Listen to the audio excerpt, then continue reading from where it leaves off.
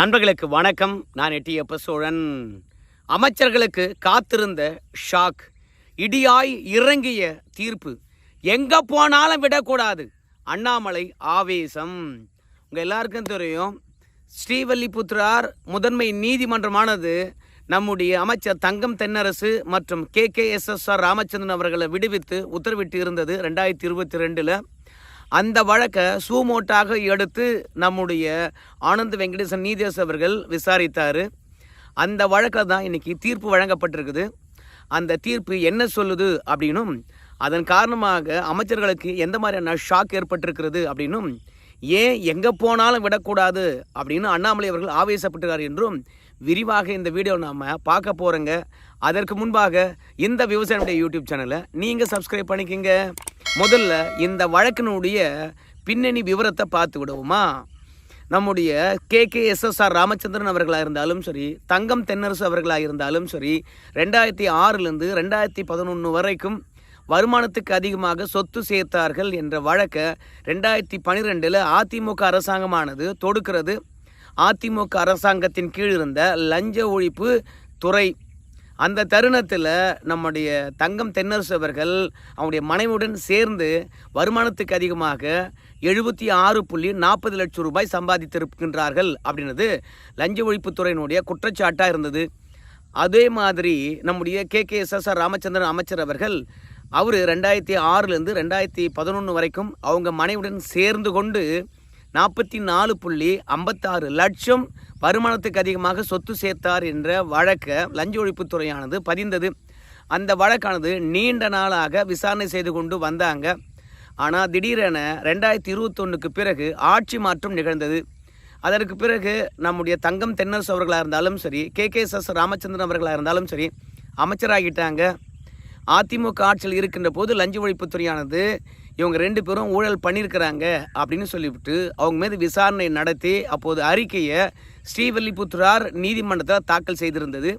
பிறகு திமுக ஆட்சிக்கு வந்த உடனே இந்த இருவர் மீது இருக்கக்கூடிய வழக்கை மறு விசாரணைக்கு உத்தரவிடுறாங்க. திமுக ஆட்சியில் இருக்கின்ற லஞ்ச ஒழிப்புத்துறையானது சிறப்பு விசாரணையை செய்து முடித்து விட்டு வந்து இந்த வழக்கில் ஊழல் எதுவும் நடந்திருப்பது போல தெரியல.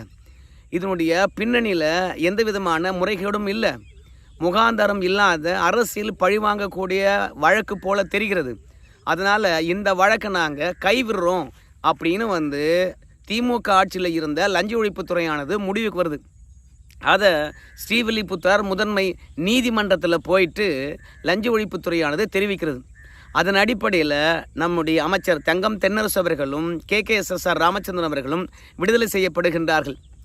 இதை தான் நம்முடைய ஆனந்த் வெங்கடேஷ் அவர்கள் தானாக முன்வந்து இந்த வழக்கை எடுத்து விசாரித்தார்.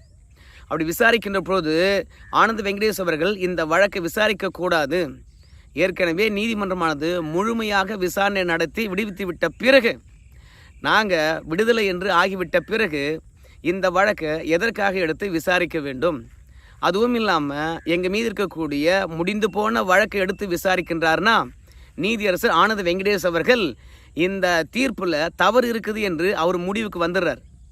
அப்படி இந்த தீர்ப்பில் தவறு இருக்குன்னு முடிவுக்கு வந்துட்டவர், நாங்கள் ஊழலே செய்யலை என்றாலும் கூட நாங்கள் தப்பு செஞ்சிருப்பதாகத்தானே அவர் கருதுகின்றார். அதனால் இந்த வழக்கை ஆனந்த் வெங்கடேஷ் அவர்கள் விசாரிக்கக்கூடாது, இந்த விசாரணைக்கு தடை விதிக்க வேண்டும். அதனால் உச்ச நீதிமன்றமானது ஆனந்த் வெங்கடேஸ்வருடைய தானாக முன்வந்து விசாரிக்கின்ற வழக்கிலிருந்து எங்களை விடுவிக்க வேண்டும் என்று உச்ச நீதிமன்றத்தில் போய் மனு தாக்கல் பண்ணுகின்றார்கள் இந்த 2 அமைச்சர்களும். அந்த தருணத்தில் உச்ச நீதிமன்றத்துடைய நீதியரசர், தலைமை நீதியரசர் அவர் என்ன சொன்னார்னு கேட்டிங்கன்னா, ஆனந்த் வெங்கடேஷ் போன்றவங்கள்லாம் இறைவனால் அனுப்பப்பட்டவர்கள், அவர்களுக்கெல்லாம் நாங்கள் நன்றி தெரிவிக்கிறோம். இது போன்ற நீதியரசர்களால் தான் அங்கங்கே நீதியானது நிலைநாட்டப்படுகிறது அப்படின்னு சொல்லிட்டு நம்ம அமைச்சர்கள் இருவரும் போனாங்க இல்லையா, அந்த மேல்முறையீட்டு மனுவை அப்படியே ரத்து பண்ணாங்க. பிறகு ஆனந்த் வெங்கடேசன் அவர்கள் இடைப்பட்ட காலத்தில் மதுரை ஹைகோர்ட்டுக்கு பார்த்திங்கன்னா மாற்றிட்டாங்க. பிறகு சென்னை ஹைகோர்ட்டுக்கு 6 மாதத்துக்கு பிறகு மாற்றப்பட்டார். பிறகு அமைச்சர்கள் மீது தானாக முன் வந்து விசாரித்த வழக்கை யார் எடுத்து விசாரிப்பாங்கன்னு தெரியலையே. ஏன்னா அரசியல் வழக்குகளை பொறுத்த வரைக்கும் ஆனந்த் வெங்கடேஷ் அவர்கள் தான் தொடர்ச்சியாக விசாரித்து கொண்டிருக்கின்றார்.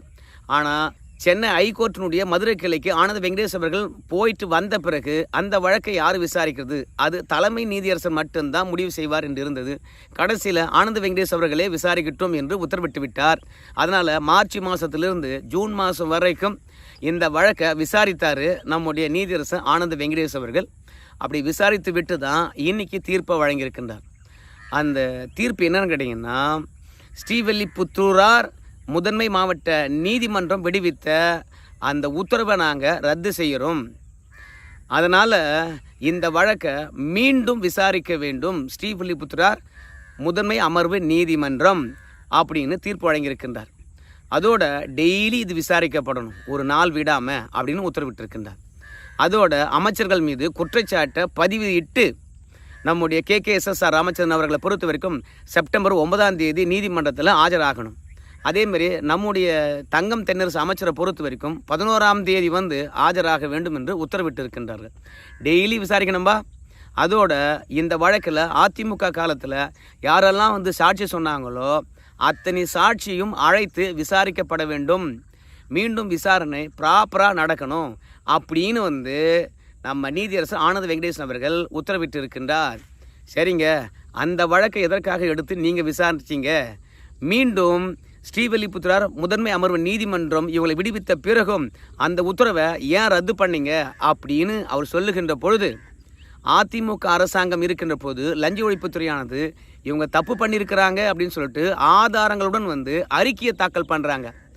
ஆனால் இவர்களெல்லாம் அமைச்சரான பிறகு மீண்டும் அதே லஞ்ச ஒழிப்புத்துறையானது அந்தர்பல்ட்டி அடிக்கிறது. தப்பே நடக்கலை, அதனால் இந்த வழக்கை கைவிடுறன்னு சொல்கிறாங்க.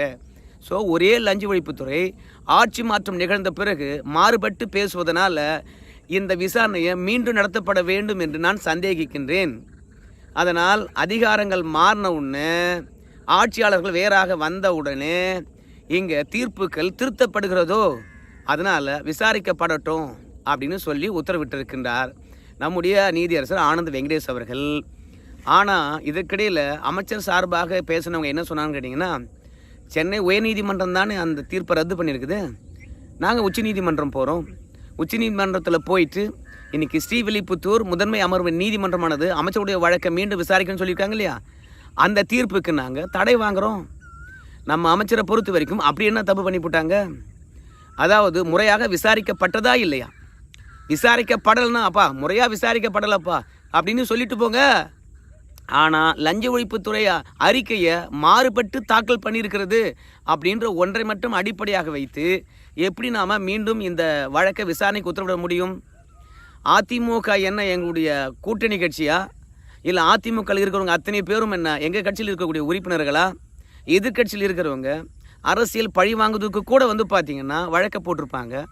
அதிமுக ஆட்சியில் இந்த லஞ்ச ஒழிப்புத்துறையானது ஆட்சியாளருக்கு பயந்து தவறான அறிக்கை கூட தான் தாக்கல் பண்ணியிருக்கோம். அதனால் திமுக ஆட்சியில் ஒரு அறிக்கை, அதிமுக ஆட்சியில் ஒரு அறிக்கை என்று சொல்லிவிட்டு 2 வெவ்வேறுபட்ட அறிக்கையை லஞ்ச ஒழிப்புத்துறையானது தாக்கல் பண்ணியிருக்குது. இருவேறுபட்ட நிலைப்பாடை மாறுபட்டு லஞ்ச ஒழிப்புத்துறை எடுத்திருக்கிறது. அதனால் இந்த வழக்கை மீண்டும் விசாரிக்க சொன்னால் என்ன அர்த்தம்? அதிமுக அரசாங்கத்தில் லஞ்ச ஒழிப்புத்துறைக்கு உள்நோக்கம் இருக்குங்க.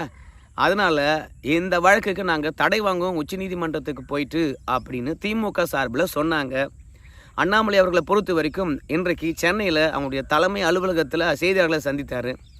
அப்போது இந்த தீர்ப்பை நாங்கள் வரவேற்கின்றோம். திமுக அமைச்சரவையில் 3ல் ஒருத்தர் பார்த்திங்கன்னா ஊழல் வழக்கில், சுத்துக்குழுப்பு வழக்கில் பார்த்திங்கன்னா விசாரணைக்குள்ளே தான் இருக்கிறாரு. தொடர்ச்சியாக விசாரிக்கப்பட்டு தான் வராங்க. ஊழல்வாதிகளாக தான் இருக்கிறாங்க. அதனால் இன்றைக்கி உயர்நீதிமன்றம் வழங்கியிருக்கின்ற தீர்ப்பை நாங்கள் வரவேற்கிறோம். அதே மாதிரி இப்போது விசாரணைக்கு மறு விசாரணைக்கு உத்தரவிட்டிருக்காங்க இல்லையா, இந்த விசாரணை கூட பார்த்திங்கன்னா வேகமாக நடக்கணும். வேகமாக நடத்தி தீர்ப்பை விரைவாக கொண்டு வரணும் அப்படின்னு அண்ணாமலை அவர்கள் சொல்லியிருக்கின்றார். அதோடு இல்லாமல் இவங்க உச்சநீதிமன்றம் வரைக்கும் போனால் கூட விடக்கூடாது. இதே தீர்ப்பு தான் பார்த்திங்கன்னா எல்லா நீதிமன்றத்திலும் வரணும். இவங்க ஒன்றும் நிரபராதி கிடையாது. அதனால் மறு விசாரணைக்கு உத்தரவிட்டதை நான் வரவேற்கிறேன். உச்சநீதிமன்றமே போனாலும் சரி விடக்கூடாது அப்படின்னு அண்ணாமலை அவர்கள் சொல்லியிருக்கிறார். ஆனால் RS பாரதி அவர்கள் இந்த வழக்கு தொடர்பாக அன்றைக்கி என்ன சொல்லியிருந்தார் தெரியுமா உங்களுக்கு? அட போயா, அதிமுக ஆட்சியில் பல கோடி ரூபாய் கொள்ளடித்தான். அதே மாதிரி எடப்பாடி பழனிசாமி பார்த்திங்கன்னா 4500 கோடிக்கு டெண்டர் முறைகேட்டில் ஈடுபட்டிருக்கின்ற. இப்படி அதிமுக இருக்கிறவங்களாம் பல ஆயிரம் கோடி கொள்ளை அடிச்சிருக்கும் போது இது என்ன ஜுஜிபி பணம்? நம்முடைய தங்கம் தென்னரசை பொறுத்த வரைக்கும் 76.40 லட்சம் ரூபாய் தான். இது ஒரு பெரிய பணமே கிடையாது. இதுக்கெல்லாம் ஒரு வழக்கா அப்படின்னு சொன்னார். அதே மாதிரி KKSS ராமச்சந்திரன் அவர்கள் அவருடைய தகுதியே குறைத்து மதிப்பிடுற மாதிரி அவர் 44.56 லட்சம். இதெல்லாம் ஒரு பணமாயா இன்றைக்கி இருக்கின்ற நிலமில்ல? இதை போய் கொள்ளடிச்சிட்டாங்கன்னு சொல்லிவிட்டு அரசியல் ரீதியாக பழி வாங்குறதுக்கு ஒரு கேஸை வேறு போட்டு வச்சுக்கிறீங்க. அதனால் நாங்கள் எங்கே போனோமோ அங்கே போய் எங்கள் பக்கம் இருக்கக்கூடிய நியாயத்தை சொல்லி இதுக்கெல்லாம் தடை வாங்கிடுவோம்யா, இதெல்லாம் ஒரு வழக்கே கிடையாது என்று நம்முடைய RS பாரதி அவர்கள் ஏற்கனவே சொல்லியிருந்தார். ஸோ ஆனந்த வெங்கடேஷ் அவர்களை பொறுத்த வரைக்கும் இன்றைக்கி அமைச்சர்களுக்கு ஏப்பா நீங்கள் தப்பு தான்யா பண்ணியிருக்கீங்க, ஆனால் லஞ்ச ஒழிப்புத்துறையானது மேல்முறையீட்டுக்கு போகாதது என்னையா அர்த்தம்? இப்போது கொடுக்கப்பட்ட அறிக்கையின் அடிப்படையில் ஒரு தீர்ப்பு வழங்கப்படுதுன்னு வச்சுங்களேன், அந்த தீர்ப்பு சரியானதா இல்லை தவறானதா அப்படின்னு சொல்லிவிட்டு அதிமுக தானே இந்த வழக்கை போட்டாங்க, அவங்க மேல்முறையீட்டுக்கு போயிருக்கணுமா இல்லையா? அப்படி லஞ்ச ஒழிப்புத்துறையும் மேல்முறையீட்டுக்கு போகல, இந்த வழக்கை போட்ட அதிமுகவும் போகல. அதனால் இந்த தீர்ப்பு தவறானது என்று சொன்னால் மேல்முறையீட்டுக்கு போகாமல் விட்டதனுடைய உள்நோக்கம் என்ன? அதனால் இந்த வழக்கை மீண்டும் விசாரிக்கணும் அப்படின்னு ஆனந்த வெங்கடேஷ் அவர்கள் அதிரடியாக உத்தரவிட்டு இருக்கின்றார். ஆனால் உச்சநீதிமன்றம் போயிட்டு நம்ம திமுக அமைச்சர்கள் என்ன மாதிரியான தீர்ப்பை வாங்கிட்டு வர போகிறாங்கன்னு தெரியல. ஏன்னா ஆனந்த வெங்கடேஷ் அவர்கள் முடிந்துவிட்ட வழக்கை மீண்டும் எடுத்து விசாரிக்கின்றார் அப்படின்னு சொல்லிட்டு உச்சநீதிமன்றம் போனாங்க. ஆனால் அங்கே போன பிறகு தலைமை நீதியரசர் அவர்கள் என்ன சொன்னார்?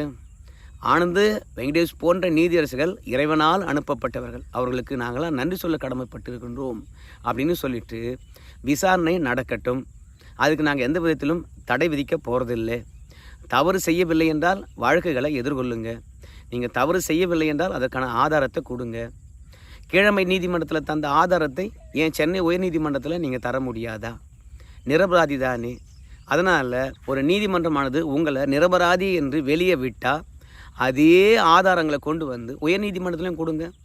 அந்த ஆதாரத்தை பார்த்து விட்டு உங்களை நிரபராதி என்று விட்டுட்டு போக போகிறாங்க, ஏன் பயப்படுறீங்க அப்படின்னு உச்சநீதிமன்றத்துடைய நீதியரசர் அவர்கள் கருத்து தெரிவித்து அன்றைக்கே நம்முடைய அமைச்சர்களுடைய மனுக்களை தள்ளுபடி செஞ்சாங்க. ஆனால் மீண்டும் இதே வழக்குக்காக இப்போ வந்திருக்கின்ற தீர்ப்புக்கு தடை விதிக்க வேண்டும் என்று அவங்க மேல்முறையீட்டுக்கு போனாங்கன்னா இப்போ மட்டும் அந்த மனு தள்ளுபடி ஆகாதா? ஆரம்ப ஸ்டேஜிலேயே தள்ளுபடி ஆகிவிட்ட அந்த மனு இப்போ இந்த தீர்ப்பெல்லாம் வந்திருக்குது. அதுவும் நம்முடைய ஆனந்த வெங்கடேஷ் அவர்கள் பார்த்திங்கன்னா 2 அமைச்சரையும் விசாரித்திருக்கிறாரு, நிறைய ஆவணங்களை கேட்டு பெற்றிருக்கின்றாரு. அதன் அடிப்படையில் தான் ஏற்கனவே வழங்கின தீர்ப்பு தவறு என்ற முடிவுக்கு வந்திருக்கிறாரு. இப்போ உச்சநீதிமன்றத்தில் நம்ம நீதியரசர் அவர்கள் தீர்ப்பு வழங்கியிருக்காரு இல்லையா, அந்த தீர்ப்பில் ஏன் மறு விசாரணைக்கு உத்தரவிட்டேன் என்று சொல்லிவிட்டு ஏகப்பட்ட விஷயங்களை பட்டியலிட்டிருக்க போகிறார். ஸோ அந்த விஷயங்கள்லாம் உச்சநீதிமன்றத்தில் இருக்கக்கூடிய நீதியரசர்கள் பார்ப்பாங்க. பார்த்துட்டு ஏம்பா ஏற்கனவே தள்ளுபடி ஆகிருக்குதாப்பா, நீங்கள் வழக்குகளை எதிர்கொள்ளுங்க, 2வது முறையும் விடுதலை செய்தால் நீங்கள் சந்தேகத்துக்கு இடமின்றி நிரபராதி என்று நிரூபிக்கப்படுகின்றீர்கள். உங்கள் மீது அதிமுக ஆட்சியில் போடப்பட்டது அவதூறு வழக்கு தான், அரசியல் பழிவாங்கின்ற வழக்கு தான் என்பது தெரிந்துவிடப் போகிறது. அதனால் உங்களை நிரூபிப்பதற்கு, உங்களுடைய நேர்மையை நிரூபிப்பதற்கு இந்த மறு விசாரணையானது உங்களுக்கு உதவப்போது, போய் வழக்கு எதிர்கொள்ளுங்க அப்படின்னு சொன்னாலும் சொல்லுவாங்க. இல்லை எதுக்குப்பா ஏற்கனவே முடிந்து போய்விட்ட வழக்கு, இது நீதிமன்றத்துடைய நேரத்தை வீணடிக்கிற மாதிரி தான் இருக்கும். அதனால் ஆனந்த வெங்கடேசன் அவர்கள் தந்த தீர்ப்புக்கு நாங்கள் தடை விதிக்கிறோம் அப்படின்னு கூட சொல்லி இடைக்கால தடை விதிக்கலாம். ஆனால் அண்ணாமலையை பொறுத்த வரைக்கும் எங்கே போனாலும் விடக்கூடாது அப்படின்னு சொல்லியிருக்கிறாரு. அதுக்கு பாஜக களத்தில் இறங்கணும். ஏன்னா பொன்முடி வழக்கை கூட எடுத்து அப்படி தான் விசாரித்தாங்க. ஆனால் அதிமுக ஆட்சியில் இருக்கின்ற போது ஒவ்வொரு சாட்சியும் ஒவ்வொரு அதிகாரியும் அப்பா பொன்முடி அவர்கள் தப்பு தான்பா பண்ணார், எனக்கு தெரியும்போ அப்படின்னு சொன்னவங்க, அதற்கு பிறகு பொன்முடி அவர்கள் மறு விசாரணைக்கு அதே விழுப்புரம் நீதிமன்றத்தில் சொன்ன சாட்சிகள் அத்தனை பேரும் அந்தர்பல்ட்டி தான் அடித்தாங்க. அதில் நம்ம ஜெயக்குமார் அவர்கள் செம்மண்ணி குவாரியில் ஏகப்பட்ட மண்ணை எடுத்துட்டாங்க, அந்த விவரமானது எனக்கு தெரியும், அந்த வழக்கை போட்டதே நான் தான், என்னையும் மீண்டும் இந்த வழக்கில் என்னை சேர்த்துக்குங்க அப்படின்னு கூட போனார். ஆனால் விழுப்புரம் நீதிமன்றமானது சேர்த்துக்கல, ஜெயக்குமார் உனக்கு எதுக்கும் சம்மந்தமில்லை போன்னு சொல்லிட்டாங்க. அதனால் யார் தான் அமைச்சரை எதிர்த்து சாட்சி சொல்ல போகிறாங்க? அதனால் மீண்டும் விசாரிக்கப்படுகின்ற பொழுது அமைச்சர்களுக்கெல்லாம் எந்த பாதிப்பும் வர வாய்ப்பு கிடையாது, என்னுடைய அனுபவத்தில் சொல்கிறேன். சரிங்க, இதெல்லாம் பார்த்து நீங்கள் உங்களுடைய கருத்தை பதிவிட்டு வைங்க, நான் உங்களுக்கு பதில் சொல்கிறேன். நன்றி.